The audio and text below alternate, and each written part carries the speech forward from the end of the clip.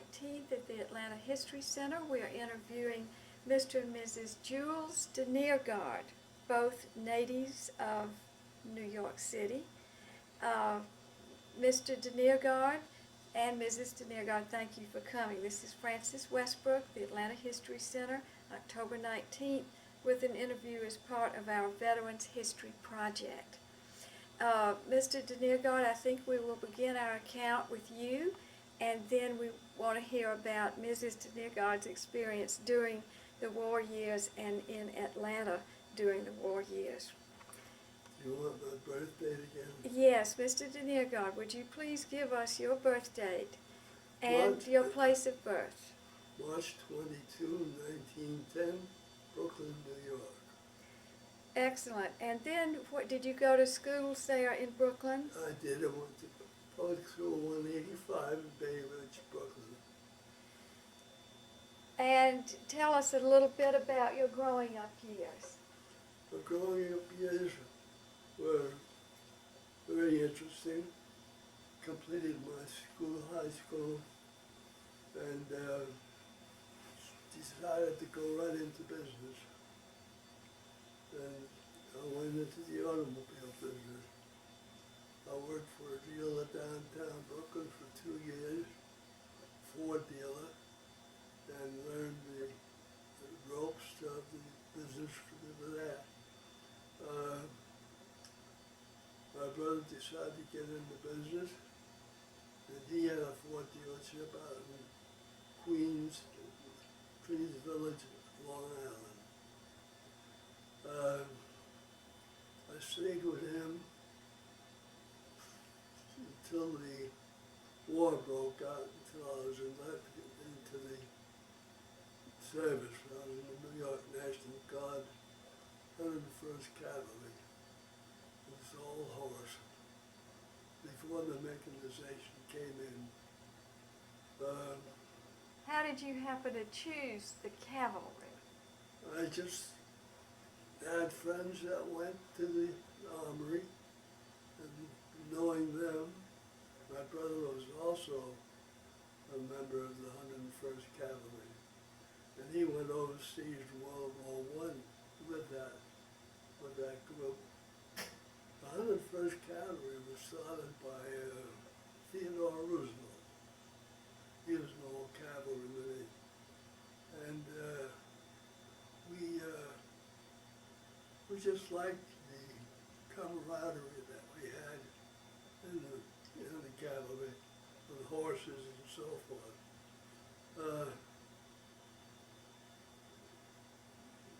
Pause. We spent 4 years with the cavalry before we were inducted into regular service. We joined the Army of the United States on January 15, 1941. This is almost a year before Pearl Harbor. We were sent to Fort Devens, Massachusetts, where our regiment was assembled. We had 3 squadrons. Squadron C, which was a Brooklyn outfit. Squadron A was in Manhattan. Squadron B was in Buffalo. And we all joined together at Fort Devens, did training with mechanized units. We had Porte vans. Got back to living with the horses. When you're out on a tour, we slept with the horses. We fed them, watered them, groomed them, and they were appreciative of that. And after a while, when we got to know each other, we would become buddies who had the same horses that we started out with. And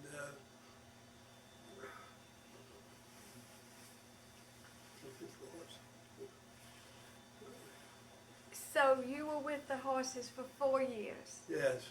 And would you please tell me again where you were when you were in that period of time? It was in Brooklyn, New York, with the Armory. We did our Armory training once a week on a Friday night, and we would often go out next day, Saturday, and ride in the park that we had in Brooklyn, Prospect Park. And you had good times. The friendliness of the whole group, including the men and the horses, was outstanding. And then you transitioned to the Army. Then we were inducted in the regular Army of the United States, for regular service. We were sent to Fort Davis, Massachusetts. And there we got 4 vans, these horse carriers. I carried 6 horses and 8 men. And we had approximately 40 of those. We went on a tour, or what's the word, I can't think of, but anyway, we would transport the horses on vans and go to our destination. And I was at that time sergeant of motors for my service troop. And it was up to me to see that everything was operating right with care of the vehicles and so forth. I really learned to handle myself after I got away from home. I think it made a man out of me. So with that, we went on a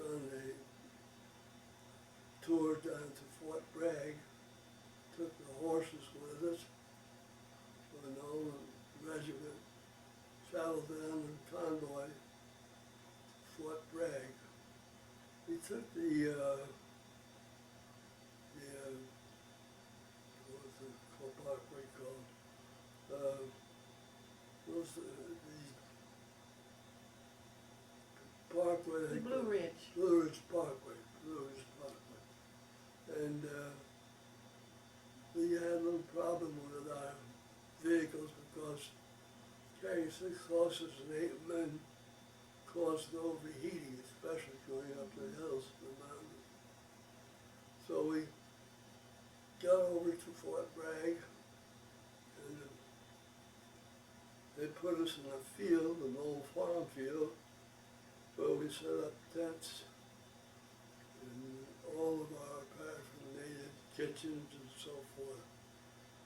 And we did the training. I was the motors, we'll have the vehicle serviced with antifreeze and things of that nature. We had a pretty good setup. We were supplied with material from Fort Bragg, which is right close to us. And we had the Battle of the PD River, and that was so interesting.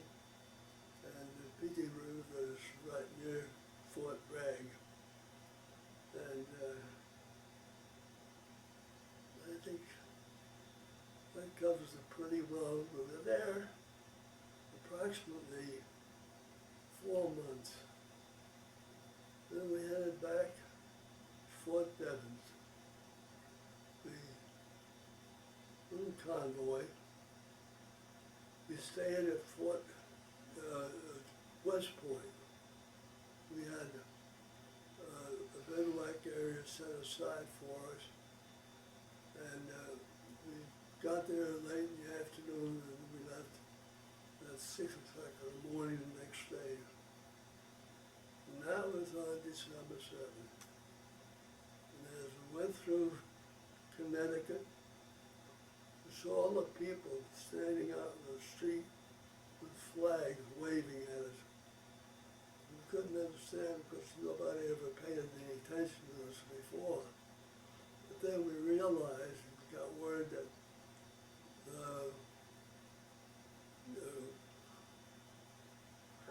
Pearl Harbor was bombed.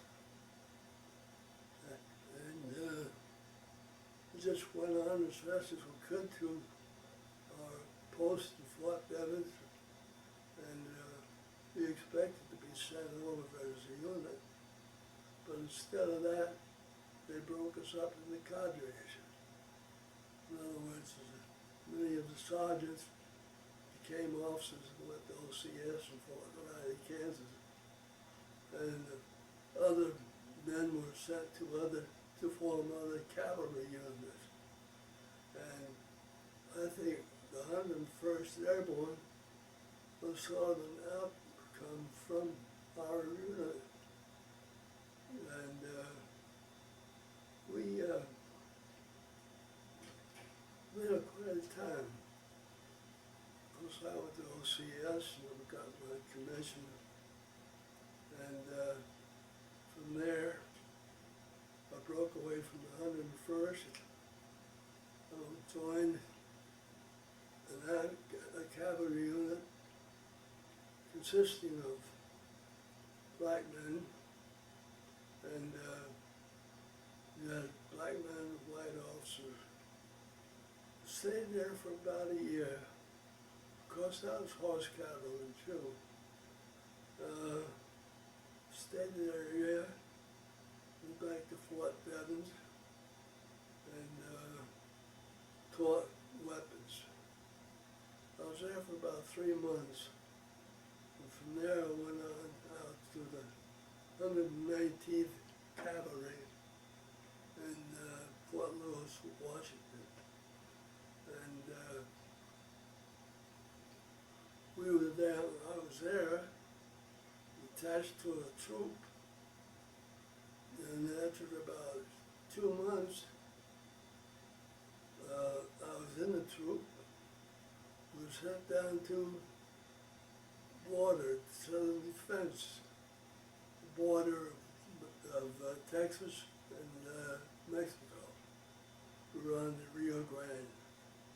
And that was an old post, I can't remember it now, but it was one of the old-time Civil War posts and colonial day activity.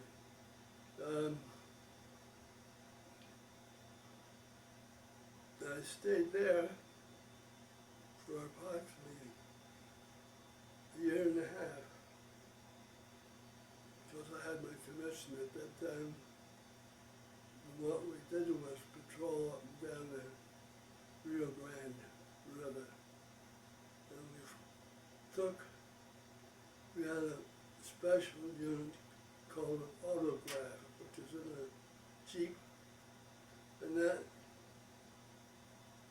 made tracks of where we were, and we had maps of all the unused roads, and we had them recorded. And that was one of our chief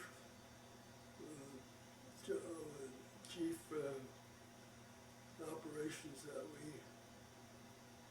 had to do, was to familiarize ourselves with all of the byways and so forth around Laredo, and that included the Brownsville section. Like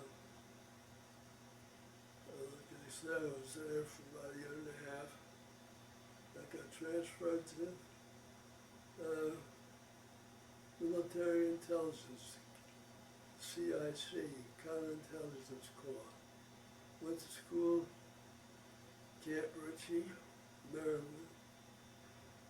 Got through that all right without any problem, because I was really selected for my language qualifications, which was Scandinavian.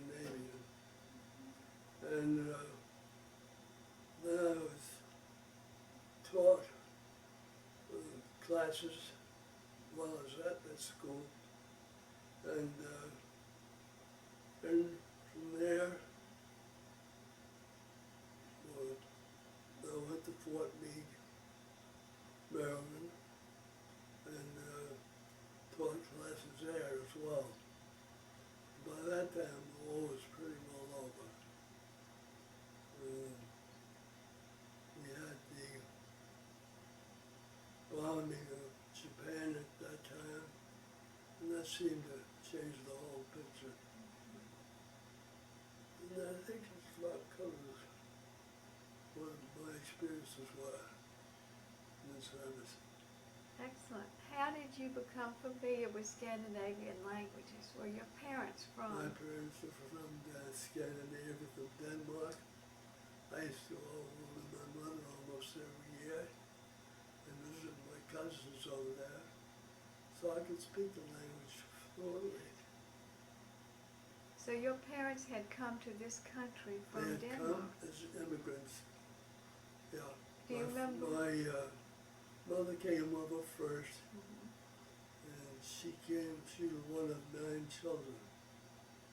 And she and my Uncle John, they were the 2 oldest in the whole group. And it was interesting because we I don't know, my mother worked at a department store. My uncle worked in the import and export business, and later on had his own business. That's about the extent of it. I think the interesting part is your mother came over on the Tingvala. That's right. The old Danish sail ship. It's a combination of sail and steam. And it was moored out in Off Statue of Liberty. off of the Statue of Liberty, and then they were in rowboats, came in rowboats. Yeah, and in those days, it didn't have Ellis Island. It hadn't opened yet. What period of time was this? That was 1880s, 1880s? something like that, yeah. Yeah, yeah. Very interesting. And, yeah, it was, my grandfather came over first, and then he sent over for his family. And they had these big, long boats that went out to the big ship, the old Tingvala, and rowed them back to the battery. They had stairways coming down into the water, and they would all get up and take a trolley car home. They were fortunate they had a home to take the trolley car That's right. to. That your grandfather was there Yes, and had paved the way. that's right. So did you say all 9 of the siblings came over Yes, on the same boat? on the same boat. I think one of the interesting things about his grandfather was that he was the first Methodist minister in Denmark. That's right. That's fascinating. Yeah. Yes. Fascinating. Tell us a little bit more about that. I don't know too much about it, just My things friend- that my mother-in-law has told me over the years. That's right. He couldn't go in the ministry. He didn't feel that he knew the language well enough to be able to give a Sermon. sermon. So, You mean in this country. in I this see. country, yeah. Mhm. And he joined John D. Rockefeller in the oil business. And he was one of the secretaries, John D.'s secretary. So he did very well with that. And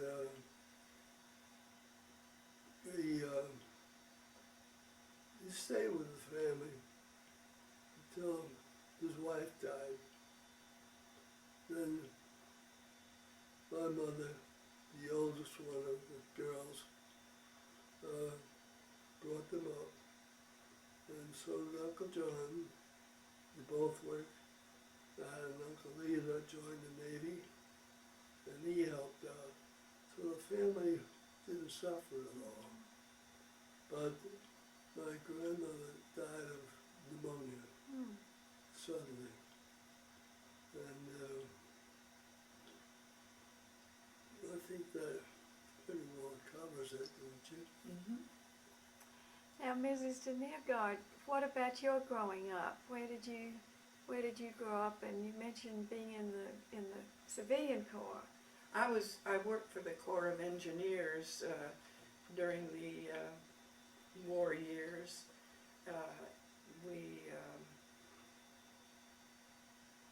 It was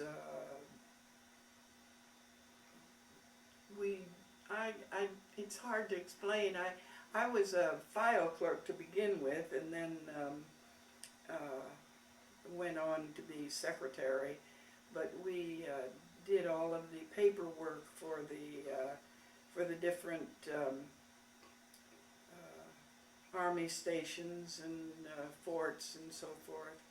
And really, it was just more like a business office than it was anything else, except you're working for the government. And where were you at that time? In Atlanta, on West Peachtree Street at the Corps of Engineers. And the dates of this period were the war years? The war years, and I left them when the war, at the end of the war. Mm-hmm. So what was it like being in it? What was Atlanta like at that period of time? Very different from what it is now. My mother and father had a tourist home on Ponce de Leon, the Viking Tourist Home, and it was very interesting to the different people that came to Atlanta to work. And I think a lot of Northerners came down to work, and then they were in the different government offices, and liked Atlanta so much that they stayed down here, and that's when Atlanta really started growing. After the war years, or well, during the war years, and then afterwards with the people staying here. What about rationing and so forth? Well, were you affected? rationing was, it wasn't as difficult as you might think. We all learned to live with it, and enjoyed when we could get extra sugar or something like that. And did you have a victory garden? no, we didn't. Mother and Dad had the tourist home, and we didn't have a space available for that. But we had many of the wartime employees and officers and so forth that had stayed at the tourist home with us, and so we felt like we were a real part of the war. With Fort McPherson so close by, Yes. was that a presence that the people were in Atlanta constantly Yes. here? And there were a lot of different war offices in Atlanta, being the large city in the South. Many of the offices were here. And then what did you do after you left this corps? I went into, I was studying voice during the war. I studied with John Hoffman in Atlanta, and he was grooming me to go to New York, and I kept on with my voice lessons until he told me I was ready to go, and I went to New York.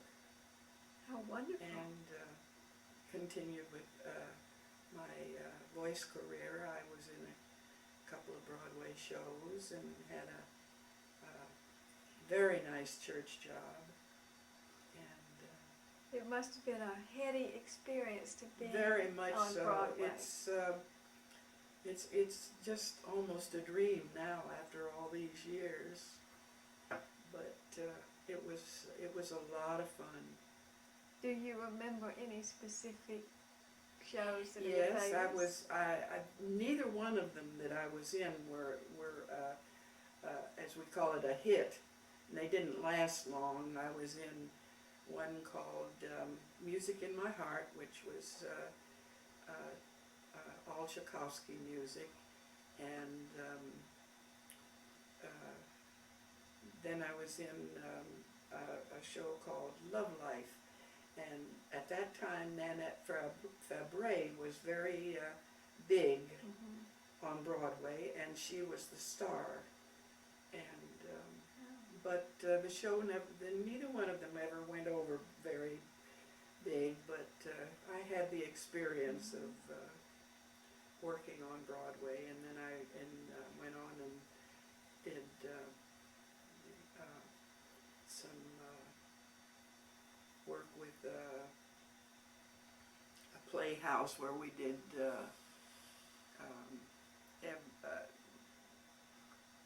we would work on a new show during the day and perform the current show during the night, and A that was fabulous a lot of experience. fun. And that's when I got married in New York. How did you meet? Our mothers belonged to a Danish club, and they introduced us to each other. So your background Is Danish too. My Yes. grandparents came from Denmark. My mother and Norway. My mother and father were both born in this country. Very, very interesting. Did your grandparents come at about the same time as your husband's? Yes, I believe so. My grandfather was a Lutheran minister, and he came over here, and Did he continue to be a minister? oh here? yes, he did. He was minister to in Scandinavian areas, in Philadelphia and upstate New York and so forth, where there were large groups of Scandinavians. And So would he have been using English or? he used English, even though a lot of times it was a little difficult for him, but then I think he would preach maybe once a month in Danish or so forth. How wonderful for those families to have that connection. So you met in New York. I don't think I know yet how you met. Your parents, your mothers. Our mothers introduced us, and You went to the Danish club. we, Jules and I didn't belong to it. That was a woman's organization, but it took. That's excellent, and it's still taking. That's wonderful. Yes, after 55 years. That's wonderful. Congratulations. So let's see now, Mr. deNeergaard. Then, did you married in New York City? Yes, In Brooklyn. Brooklyn. In Brooklyn? New York, Mhm. yes, And lived there? lived there. We lived in Garden City, City. New York, and in 1960 we moved to Atlanta. 1960. And how did you happen to come to Atlanta? Well, Her brother. my brother was a chiropractor in Atlanta. He had stayed in Atlanta when I left, and we decided that I decided it would be nice to come back, and Jules always thought that it would be a nice place to live. So this is where we ended up, That's wonderful. and we've been here for 45 years. Practically natives. We had a responsibility to my mother. We had to take care of her. She wasn't very well, so my wife, Dorothea, took care of her while I was at work. But she passed away, and we felt that we had nothing to tie us down, so we just moved away. Yes. children? You have We have 3 sons and 1 daughter, and they all live in this area and are married, and we have the youngest one has 3 children, and the others have 3. There are 7 of them. wonderful, Mm-hmm. wonderful. And the eldest one is 21. Well, you, And they're real Southerners. I can imagine growing up here in Oh, Atlanta. yes. Mhm. Yeah, we have 3 grandchildren living with us right now. How wonderful. Yeah, and my son, he divorced, and he didn't have a place to live, so we said, come on over, stay with us. We have the room. So, I think those grandchildren are very They are. fortunate. they're very fortunate, Very and fortunate. they're wonderful children. Wonderful children. Wonderful. And really wonderful are. experience for them to be with you. Yes, yes it is. My And wife, all of them are very interested in their Scandinavian heritage. Good. I Very wondered much about so. that. What Mhm. about language? Have you attempted No, to well, convey any they of that? know little pieces here and there. We have taught them some things, and they use them from time to time. I But think it's wonderful that they're with you. They can really learn a lot about their heritage. that's right. And I think it is a unique experience that you've had Mm. and a unique perspective. Do you have any comments of advice for the future generations or this country in general based on your experience and background? Anything you'd like to say? Well, the only Pass thing on. I'd like to say is that I think it was the best thing that could have happened when my family moved to the United States, and I imagine Jules feels the same Right. way. That's And, right, yes. And, and even though we have visited our relatives in Denmark, this is still the best place. That's wonderful. Denmark is a beautiful country, it really is. It's flat land, but it's like a garden. Flowers, and trees, and bicycles. And I would advise anybody to visit at the moment. Copenhagen is very interesting.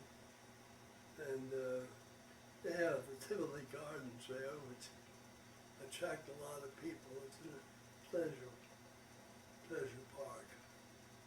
Yes. Yeah, we've been fortunate to get over there and see family. I don't have anybody living there anymore. Cousins, my cousin died a few years ago. But I don't think I'd go over anymore.